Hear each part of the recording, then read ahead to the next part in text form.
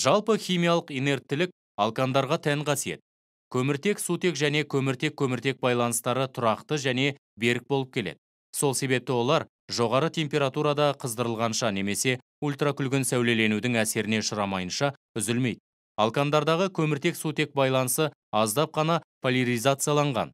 Өйткені сутек және көміртек атомдарының электр терістіліктері шамалас болып келеді. Сол себепті алкандар көптеген негіздердің әсеріне ұшырамайды. Сонымен қатар, дара байланыс түзетін сутек және көміртек атомдарының қышқылдармен әрекеттесуге қатысатын бөлінбеген электрондары болмайды. Алайда парафиндер атауы алкандарға толықтай сәйкес келмейді. Өйткені химиялық қосылыстардың қажетті қоспасын тұтатқан кезде оттек пен алкандар арасында қарқынды реакция жүреді. Алкандардың жану реакциясы күнделікті өмірде жиі қолданылады. Мысал ретінде, автокөлік қозғалтқышындағы жану реакцияларын келтірсек болады. Алкандар оттектің артық мөлшерінде жанғанда көміртек диоксиді мен су түзіледі. Бұл процесс толық жану деп аталады. Және іс жүзінде мысалы үйлерді жылытуда, автокөліктерді қозғалтуда қолданылады. Алканның жануы кезінде көп мөлшерде энергия бөлінеді және түзілетін өнімдер улы емес.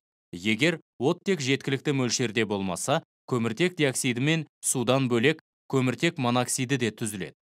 Бұл реакция толық емес жану деп аталады. Және реакция нәтижесінде өте улы газ көміртек моноксиді түзіліп, жану барысында бөлінетін энергия мөлшері де аздау болады.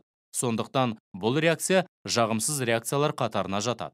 Егер оттек мөлшері өте аз болса, қарапайым көміртек және су түзіледі.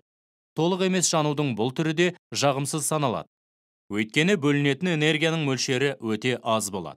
Сондай-ақ түзілетін өнімдердің бірі қаракүйе потенциалды канцероген болып табылады. Метан және хлор газдарын қараңғыда араластырғанда олар реакцияға түспейді. Алайда қоспаны ультракүлгін сәулеленуге ұшыратса, реакция қарқынды түрде жүре бастайды.